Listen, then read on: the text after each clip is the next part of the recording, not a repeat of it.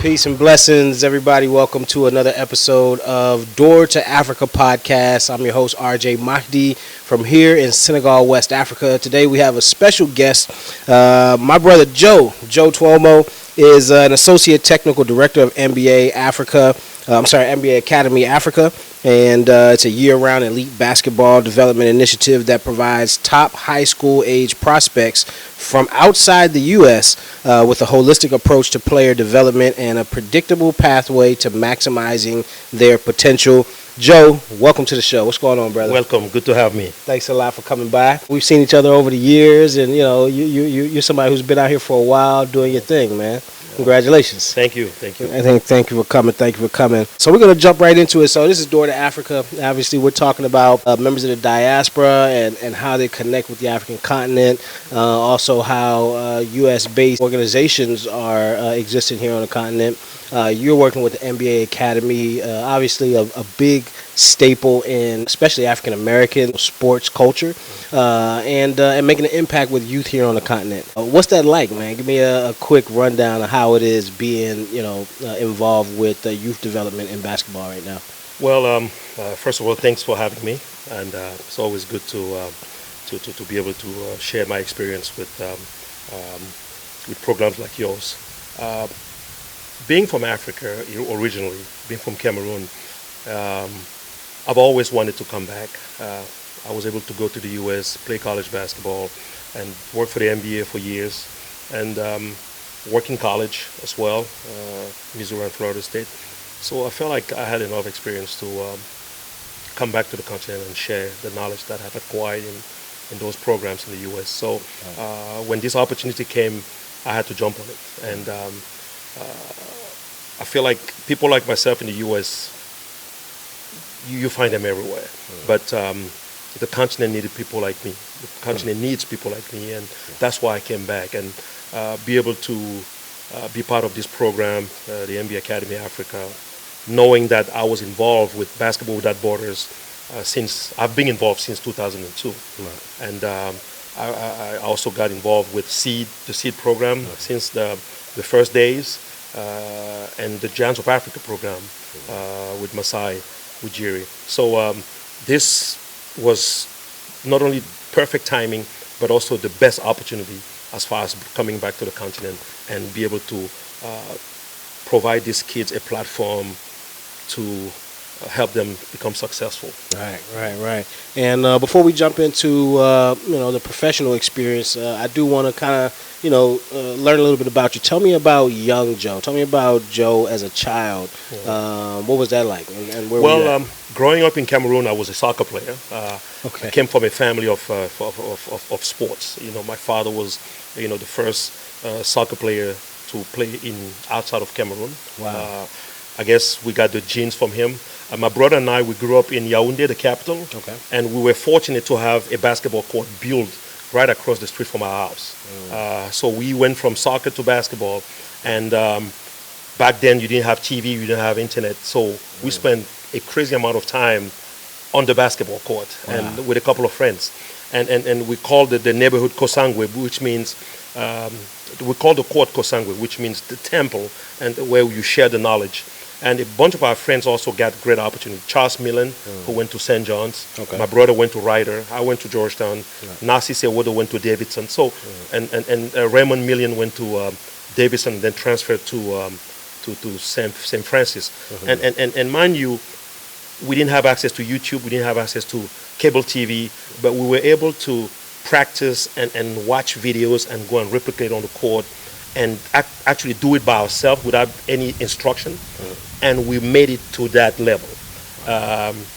Playing basketball almost every day, from Monday to Sunday, nonstop.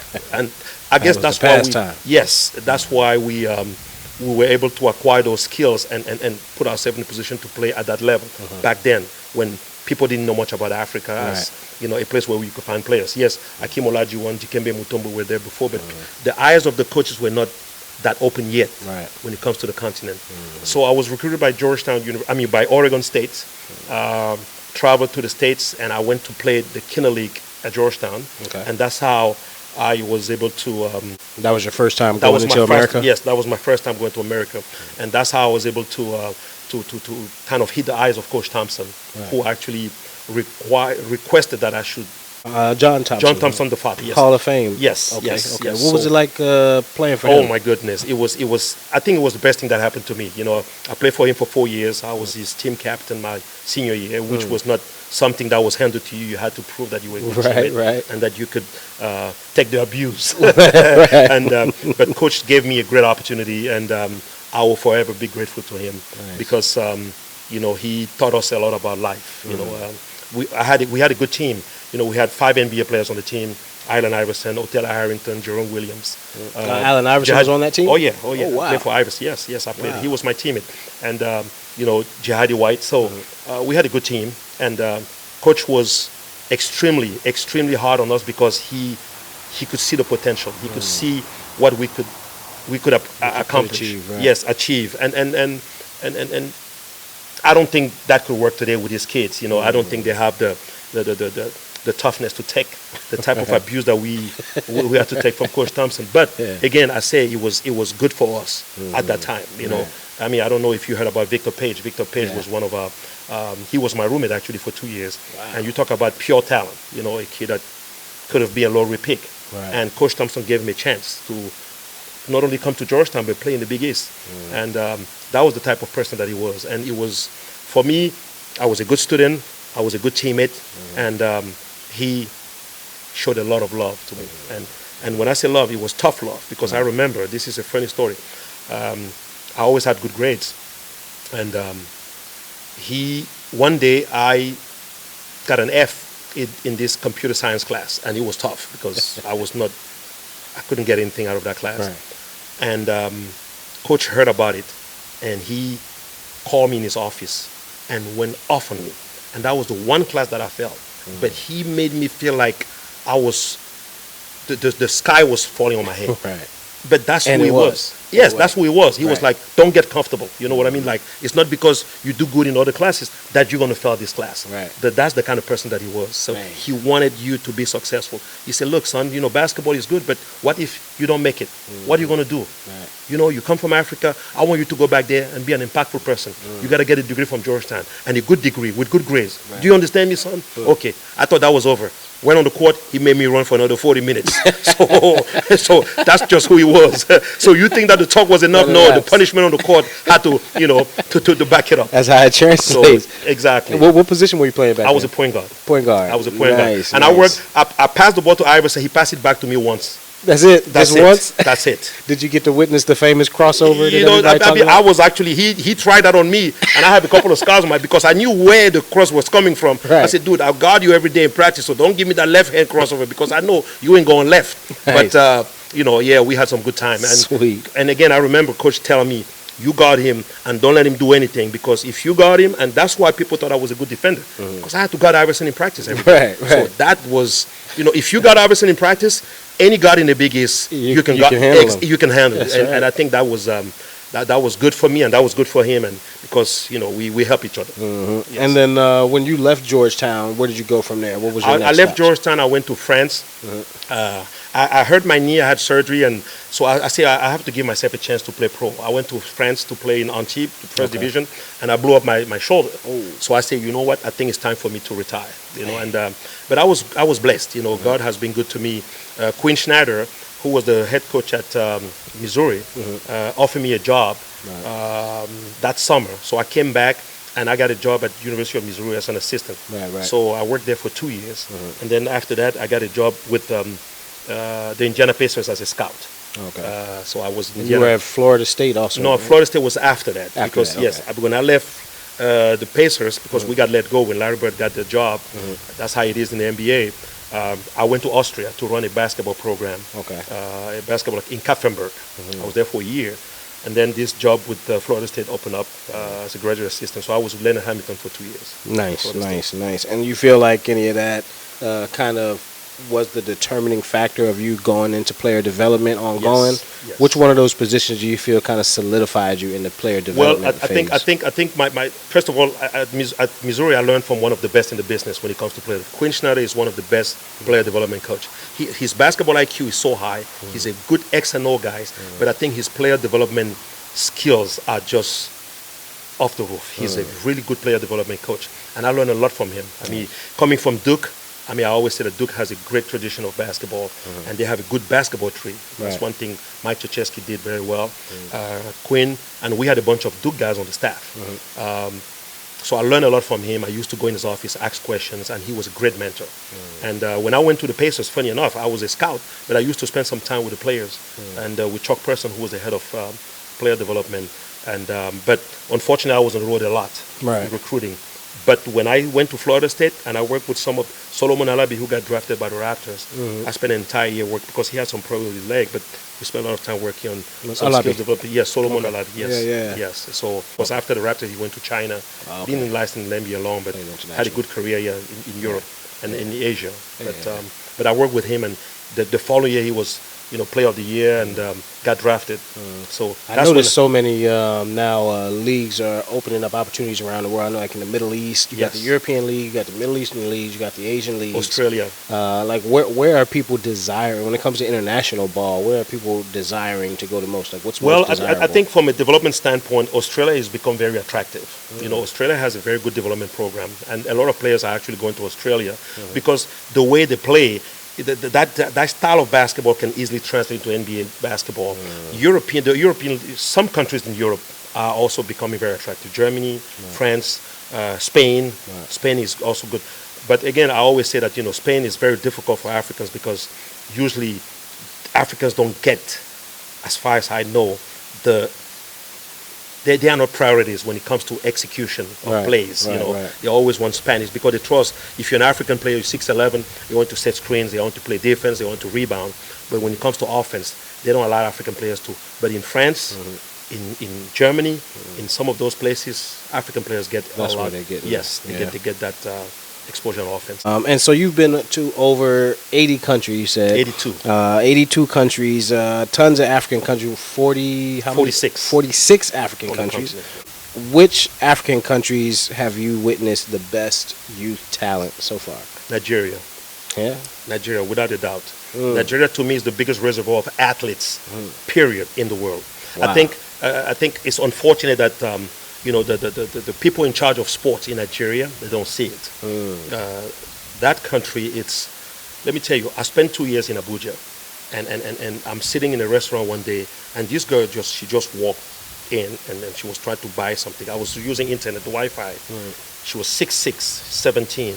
You should have seen her body built. She was built like a swimmer, like a track runner, like a volleyball player, like a basketball player. And of course, as a basketball coach, I call her, I say, excuse me, and she was with a boyfriend. I say, excuse me, can I talk to you for a second? So the boyfriend gets, I say, I'm a coach. I just want you to know that I'm just impressed by this body frame that I see here. Do you play sport? No. Why? Well, I used to run track. My parents asked me to stop. I said, my goodness, this is... You have a free scholarship in the US. US. Take it serious. No, they don't. I mean, it's unfortunate. Yes, some kids, but it's not structured well enough where kids can start at a grassroots level and get that, like how in the States you have Little League, and then moving up the ladder to the point where you have, when they turn 18, they can actually have an impact. Right. That's why sometimes they start basketball late. That's why sometimes they have to go back and learn the basics. Exactly, at 17, which is too late. Right. But if they start at 12, 9, 10, 12, 13, 14, they have a chance to be dominant. So Nigeria, to me, is by far. The second country is DRC. DRC is also full of athletes. My goodness, talk about body strength. And then, but when you look at that chain between Nigeria, Cameroon, and Congo, you have all the way to Angola. Right, it's almost the same. It's almost the same type body frame, the body type. Right. So that's where, in my opinion, what are they playing down in DRC right now? What is their popular sport? Are they playing soccer? Soccer still remains the big sport. But again, I don't think, and that's another subject, I don't think federations are doing a good job promoting the game of basketball. Because this is what I tell people. You use the fact that kids can go to the best schools in the world through basketball to promote the game. Because a lot of parents sometimes they don't want their kids to play sport because they say, it takes away their ability to go to school. But hey, listen, if they play and they keep going to school, they can go to Harvard. Right. They can go to Princeton. They can go to Stanford. They can go to Notre Dame. Those are the best schools in the world. I don't think Federation use that enough. I don't think they use the kids that are going to the U.S. to play college to promote the game enough. Because that's huge. A kid, I don't care if he doesn't make it to the pro. If the kid can go get a 4-year scholarship and become a computer engineer, become a nurse, you can sell that. You can actually make a nice TV or a nice TV series where you show kids, boys and girls who are in the U.S. through basketball. And give them something to inspire others. Thank you. And I don't think that is done enough. And that's unfortunate because that's how you can actually compete against soccer. Because now parents can actually be the one pushing their kids, go play basketball. Well, because they can see a lot of examples of soccer players that have gone to play in Europe and they don't make it. Leagues. And they don't make it. But in basketball, you go play, it doesn't matter if you don't make it to the pros. You can still make a living with the job that you got through your college education. So, and the cost that's the backup plan built in. Plan B. I call it Plan B. But to me, it's the most secure plan. And the other thing is, how much money? It costs a lot of money. When they hear the amount of money, I remember my dad, may he rest in peace. Like when he heard how much money it cost to go to Georgetown, he said, who's going to pay for it? I said, well, I got a scholarship. He said, oh, thank God, because I don't have that money. But again, if I had another brother, he probably would have told my younger brother, hey, you go play. Look at you know what I'm saying? Like, I don't think we do enough to promote the game that way. And it's unfortunate. So we know the NBA, now there's the BAL, right? So you have the NBA in the United States, you have the BAL here, the Basketball Africa League. What's the process for a graduate of NBA Academy at this point? Like, will they be recruited towards the BAL to start their careers, or the NBA in the U.S.? And what are the deciding factors? Like, what's swaying their mind in terms of where they go from the NBA Academy program? Well, okay, right now we have a program called the Elevate program. The Elevate program was put in place by Amadou, who has done a very good job with the BAL. I think, we all know what he represents for basketball in Africa. That's Amadou Gallo-Fall. Okay. Yes. They came out with this idea of having 12 players from the NBA Academy Africa selected in each team. They have like a draft process where teams can pick, who they want on their team on their roster. So we get one player on each team. At one point they were talking about having our kids play in the BAL, but I think because of FIBA and all the rules and everything, I think it's a bit complicated and contracts and all that stuff. But our kids have shown that they can play in the BAL and contribute to the BAL because of their skills level and competitiveness and everything. Now, the goal for us is to allow the kid to finish at the NBA Academy and go to college and play college basketball, or to go to the NBA or go to the G League Ignite. Now, not all the kids are into schools where, so some kids come and they probably have challenges, academically, and they can go straight to the BAL. We haven't had one yet because most of our kids, they go to college. They go to college. And then when they're done with college, they can come back and play in the BAL if they don't have pro contract. The problem is that the BAL is only a 3-month season. So because it's a 3-month season, sometimes by the time the league starts, kids are already with teams in Europe. So I think they're still working on the timing. They're still working a little bit. Exactly. But I strongly believe that a lot of players who graduate from college, African players, they can be great products for the BAL. Because they can actually come and play in the BAL and put themselves in a position to succeed and go play elsewhere. And the BAL right now is how many teams? 12 teams? Or 16? Yes, 12 teams are collected, but now they push it to 16. Okay. So they add more teams. They add more teams. Yes. Okay. So that's why our players, the first target is, of course, the NBA. If not, they could go to G League Ignite or college. And then when they're done with college, come to the BAL. But eventually, we're probably going to have some guys going straight from the academy to the BAL, playing for teams. Because that's where they should be going. Because those teams are actually teams in countries, so they're not like just BAL teams. They are teams competing in national each country, teams. and then the champions are selected to come to the BAL. Nice. Well, who would you say will be NBA Africa's biggest success story right now? Well, I think the kid Yuri Shumshin, who came from Cameroon, he joined the academy. He was 13, Okay. and he's 18 now, and he put himself in the position to be a draft pick. He's a prospect. I think he put himself in a great position. He graduated last year, so this year he's done with school, so he can go to college, he can go to the G League Ignite, and he can get drafted. So he put himself in a very, very good position. Right. I think since I've been here, that's probably the most successful story that we've had. His talent because is up there. he came, couldn't play, couldn't put the ball in the ocean, couldn't move his feet, but he kept training, he kept listening, and he's extremely dedicated. He does it for his family, he does it for his mother, and now you see him, and he is a completely transformed person. Right. I mean, you see the body, you see the skills, you see the mindset. It's just different. To me, You say he came in at 13, he's now 13, 18, and he's so he's ready been here to for 5 years. head out. Yes, he's ready to head out. Nice. Yes. Now, I know at the NBA Academy, players get, they say 6 hours of school and then 4 hours of training. Is that it typically? Yes. How would you describe the school experience? How does it differ from conventional school in Senegal? Well, it's just they take online classes, and it's a program. When we first started, our kids were actually going to a school called Cor Major.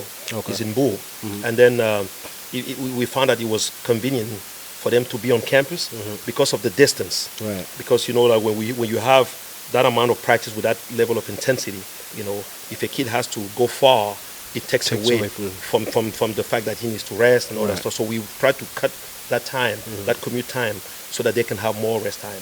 So we put together a program called APACS. It's online classes, but some of the kids who actually are still in the Senegalese system, we have teachers who come on campus to work with them before they transition into the APACS or the NPY. So are they learning, like, for instance, curriculum from the country that they're from? So, for instance, who's from Sudan? No. They have a curriculum that the APACS is an online class. It's an American system. Oh, it's American. And then they have NPY, who's a Canadian system. Okay. So they follow that program. It's all English curriculum, or is it French? English, and NPR is Canadian French. It's a French one. Yes. Okay. But they all qualify for NCAA. Right. Basketball. So I mean, it sounds like that even aside from the benefits of learning the sport and getting the athletic benefits, they also have an opportunity to even get perhaps a bit better of an education. Oh no, they get a very good well. education, because our kids, we have kids who have gone to like some of the best schools, Georgetown, you name it. I mean, like DePaul, some of the best schools in the U.S. They're being recruited by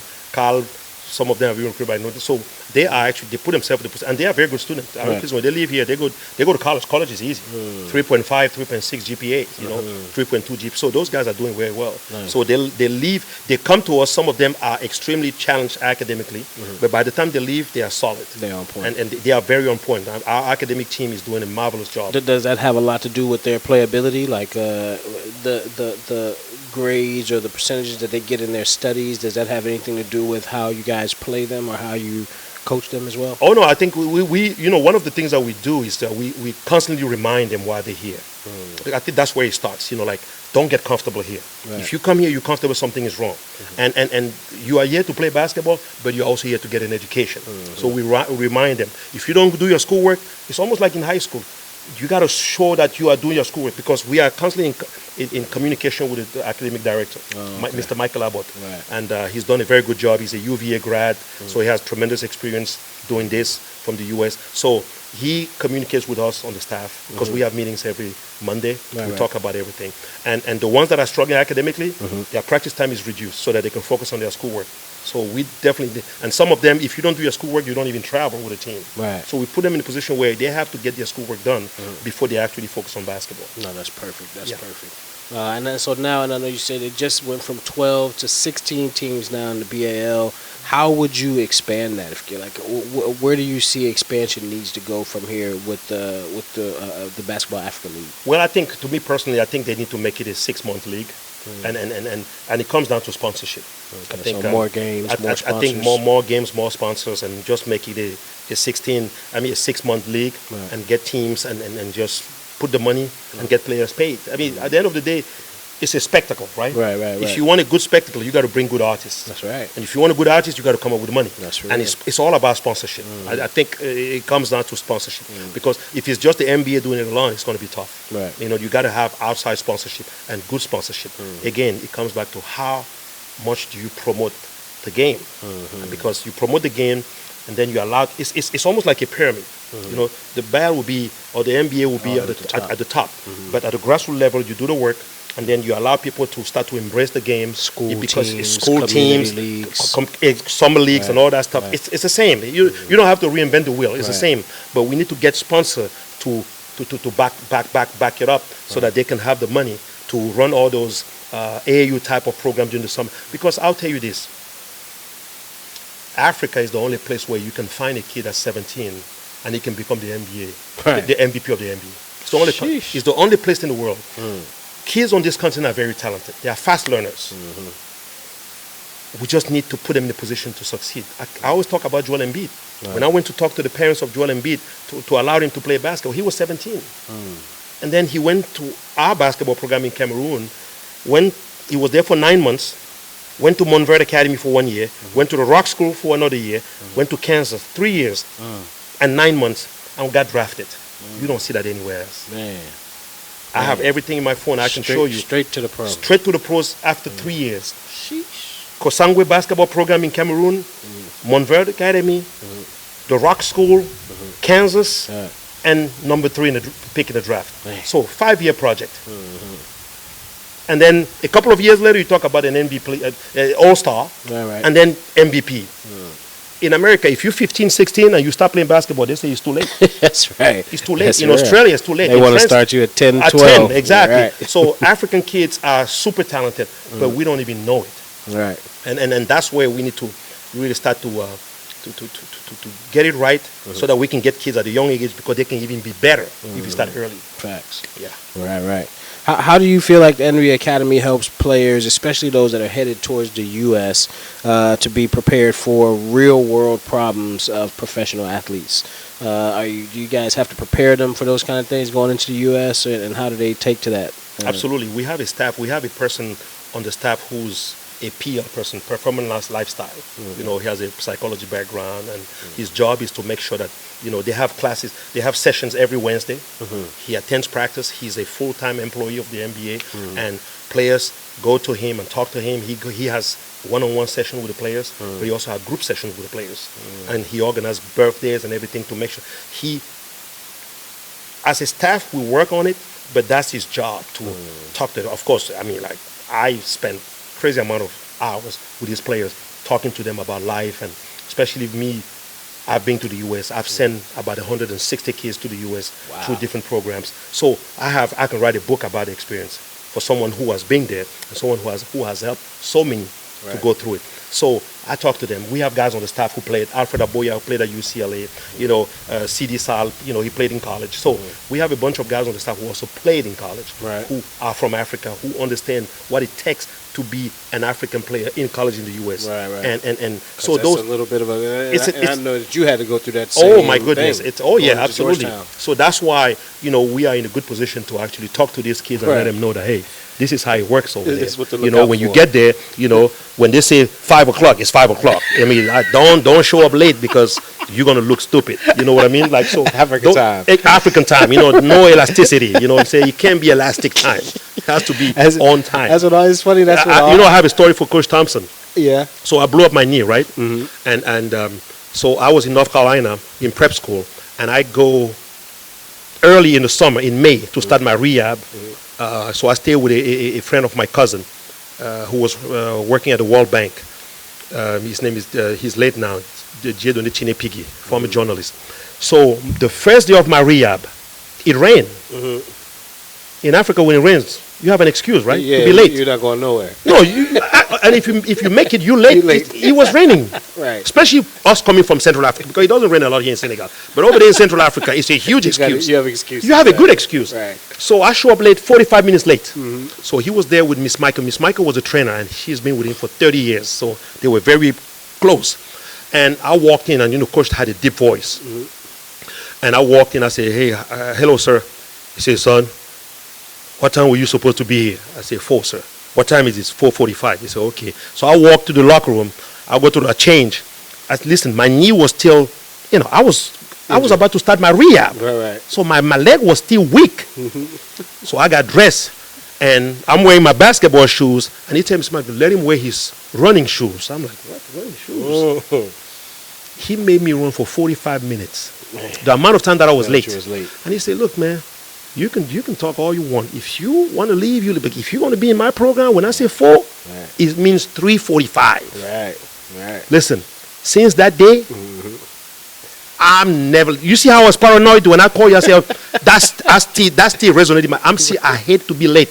Just because. So the lesson was well taught, and it stuck with me for the rest of my life. Right. So but stuff like that, you have to tell those stories to these kids and let them know that, listen, being late in America is not acceptable. It's not going to cut it. Here you can come up with all the excuses. Over there, people they don't care. That's right.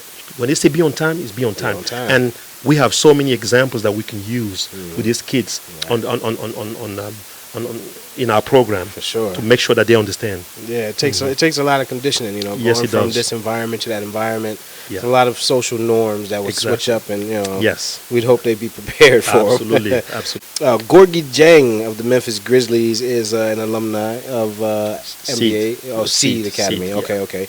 How would you say he's best used his training in the NBA? Do you feel like the way he plays now is specifically or directly connected to the training he got in Seed's Academy here? Well, Seed, I was one of the first to actually, like I said, Amadou Fall started Seed, and I was there in the beginning because I played at Georgetown with 2 Senegalese, Boubacar Aw and Yaya Dia, and those were 2 players that Amadou brought to Georgetown. Right. And Amadou was a big brother because he led this whole African scouting movement.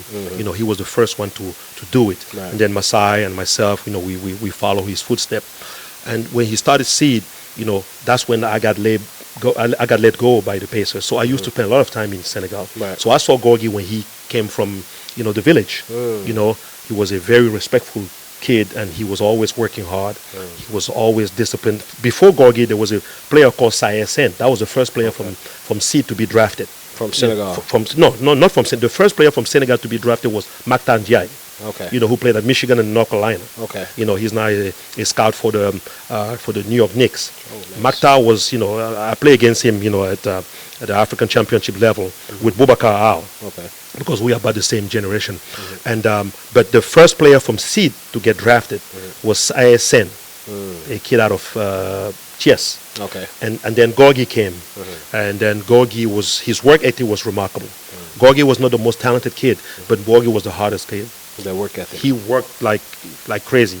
And you could see, it's, usually those things, you can see it, and then he goes to Louisville and has the heart. He goes to Louisville and he was a sponge. Didn't do extra stuff, didn't look fancy, but he was efficient.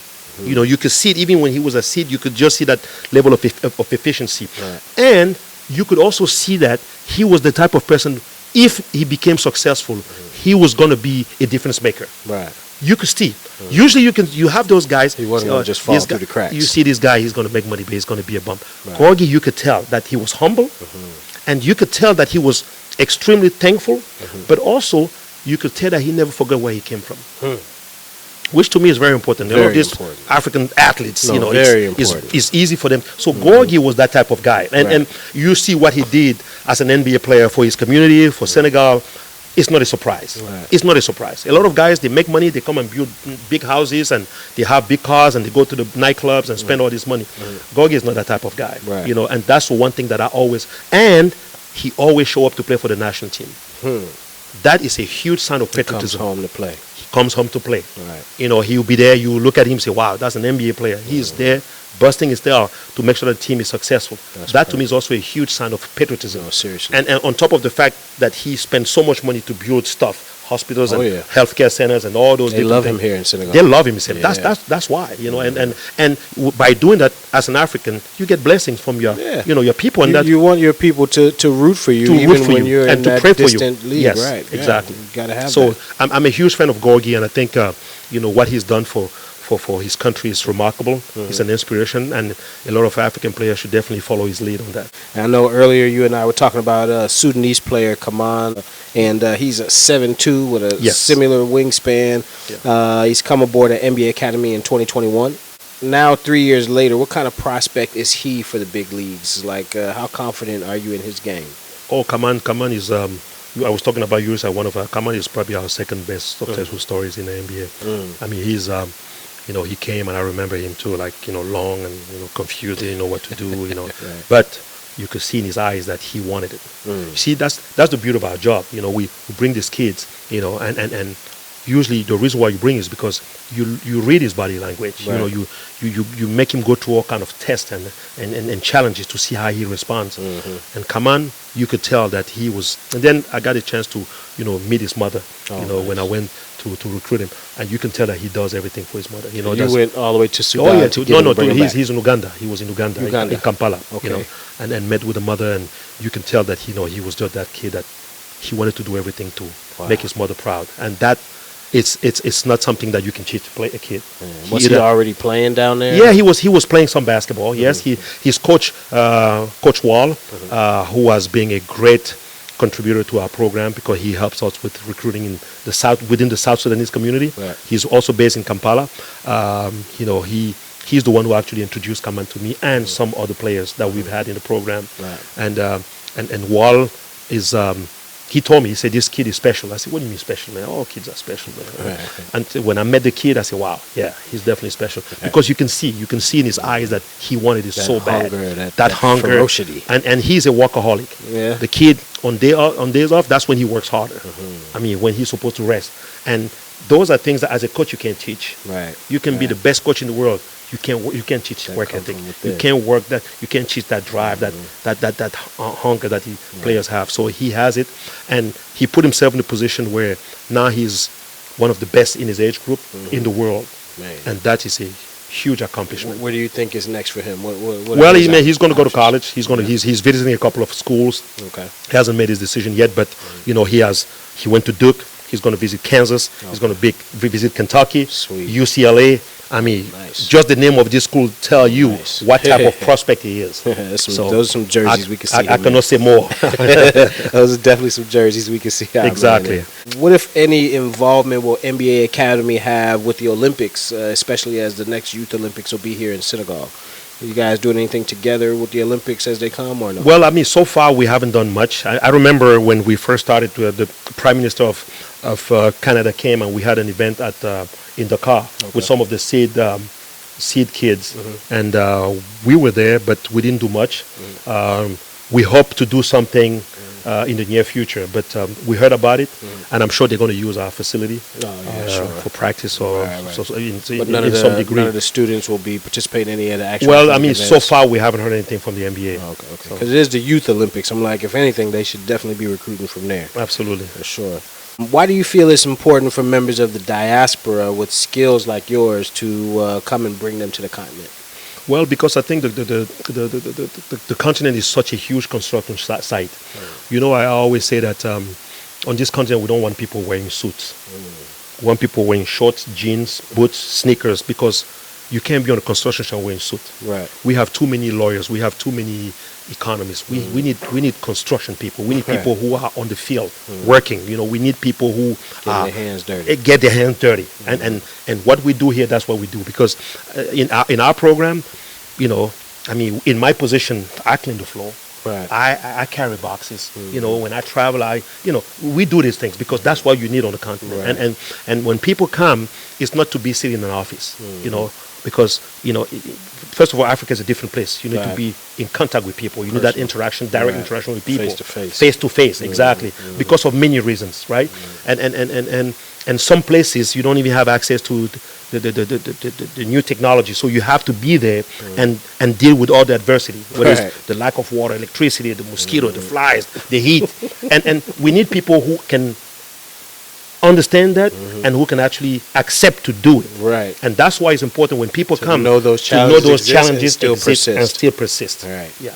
Man. Yeah. That's deep. Yeah. I think that over these last, 5 to 10 years, we've seen that increase considerably. Absolutely. Especially throughout the year of return. And Yes. ever since, a lot of folks are coming home. But I think a lot of people are still coming home and think that they can just sit and push button and make things happen. Right. I think what I'm trying to encourage people to do is to listen. When you come home, Be ready get to in contact with the roll up your reality. sleeves. Yes, you got to go and touch, get uncomfortable. Because people, they still want to be comfortable. Right. They still want to be in the car with AC and all that stuff. But sometimes the places where because you look at all these Europeans who make tons of money, right?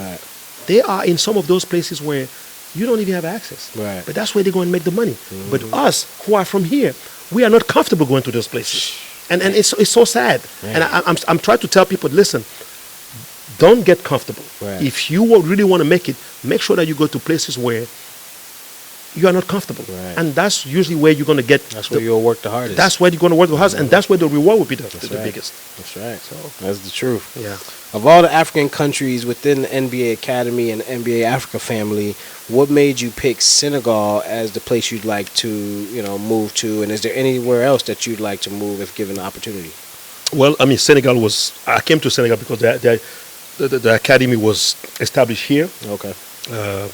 Amadou being our boss at the time, and Senegal is a great destination. I think, you have easy access. You can easily go to the States. It's a 7-hour flight. Right. You can go to France in 5 hours. You can go to the Grand Canary in 2 hours. So Senegal strategically is a great destination, number one. Number two, Senegal is a basketball country. They have a great basketball culture here. Right. So it's easy for kids to, it's better to be in a country where you have a good basketball culture. And to me, it was perfect. Now, an academy in Nigeria, an academy in Cameroon, I'll be happy because I feel like that's where you have, in my opinion, the biggest reservoir of athletes, basketball wise. And yes, an academy in that region would be great. So, but Senegal was definitely the best choice when they started this program. Of course, people would definitely eventually open new academies around, but Senegal was. And I like it here. I think it's a country where you feel safe.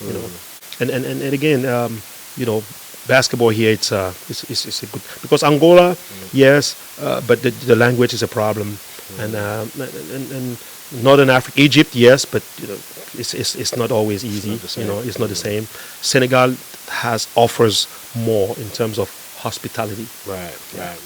And I know was it last year or the year before the Senegalese women's team won the Africa Cup or the Africa Championship for basketball.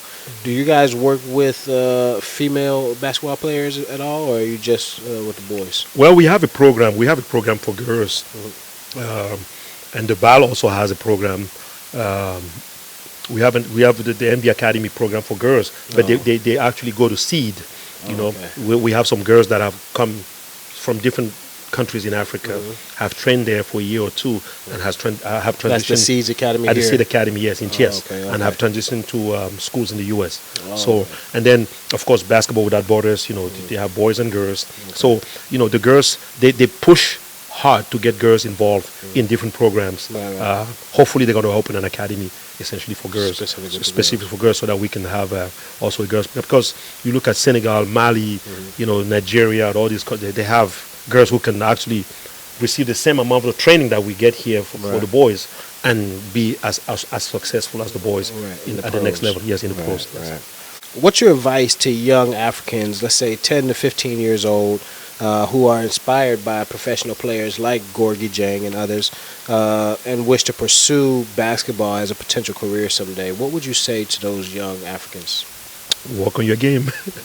Work on your game. I mean, I think basketball is a game of skills. I keep telling that to people. And the more time you spend with the ball, the better. Study the game, work on your game, continue to stay in school, continue to work on your academy, because I always say it, basketball, those two go together. But work on your game. I mean, there's no other way. I mean, just work on your game. If you have a basketball court, go there, spend time. The good thing is, these days, you can actually learn how to play by yourself if you watch. Because sometimes I look at the kids, I say, what, you play basketball? Yes. I mean, how much time do you spend on the phone studying the game. Right. Because if you have access to internet, you go to YouTube, you have all kind of instructions, clips, drills. So we didn't have that. But yet we managed to study the game by watching Detroit against the Lakers, Magic Johnson against Isaiah Thomas, Larry Bird. That was all basketball. Right. But we still managed to go and run some drills on our own. Now you have literally everything on internet. Nothing stopping you. So nothing is stopping you. And then you have more basketball courts than we had in the past. And you have more clinics or whatever. So work on your game. Honestly, there's no other way to say just work on your game and put yourself in a position to be the best. Get out there and make it happen. That's it. That's it. What's up. Who has been your greatest inspiration professionally? Who's somebody that you can say has driven your career inspirationally? Well, I'll tell you what, Magic Johnson is the reason why I play basketball. Wow. Magic Johnson, and when I played, they actually called me Magic. Back home in Cameroon, because I was such an unselfish player. Because I enjoy sharing the ball and making the no-look pass and to make the pocket pass. That was me. And my game was actually tailored after Magic Johnson game. Wow. And you see, I still have this. It was because of Magic Johnson. I've never changed it because he inspired me so much. And watching him, even today, I go back and watch the Lakers game. I was a huge Lakers fan when I was young. So, yeah, Magic Johnson is the player that really actually made me play basketball. Wow. I watched him because I had a cousin who lived who was in the States before I left, and he used to send us videos, and we used to watch it. And I used to watch it over, because we didn't have TV, so we have VHS. Right. I used to watch it over. Those videotapes got so beat up because I used to watch it over and over and over again. And Magic Johnson is the reason why I play basketball. Did you ever get a chance to meet him? I met him. Yes, I met him. Yeah. I have a picture. I met him 1 year. I took a group of kids from Basketball Without Borders to the States to coach them, a select team. And we played in Houston and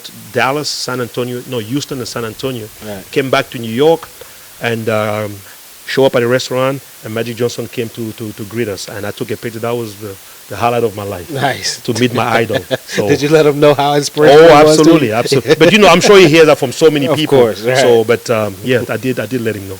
If you yourself could have done anything different in life, what would it have been, if not basketball?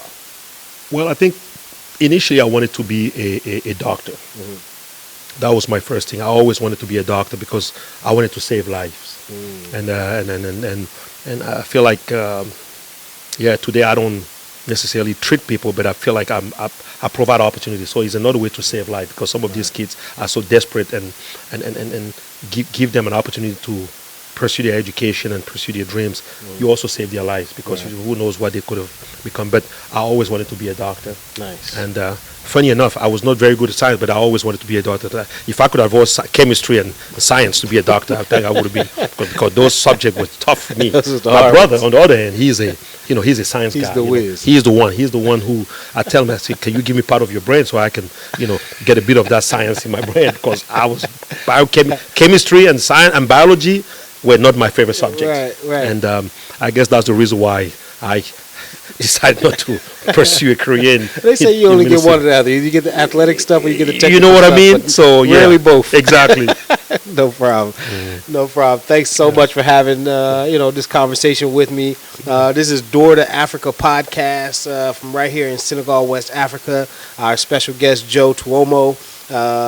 Great inspiration to myself. I've been watching you for years as you've been helping these youth to get their careers off the ground. I think it's wonderful what you do, and you guys are making an impact. You are doing exactly what we like to see our folks do when they come back to the continent. Thank you. So thanks again, man. Thank for you, my coming brother. on out to see me. Thank you. All right. Thank you for having me. Thank you. Got to give a shout out to our sponsors, Medina Bay Residence.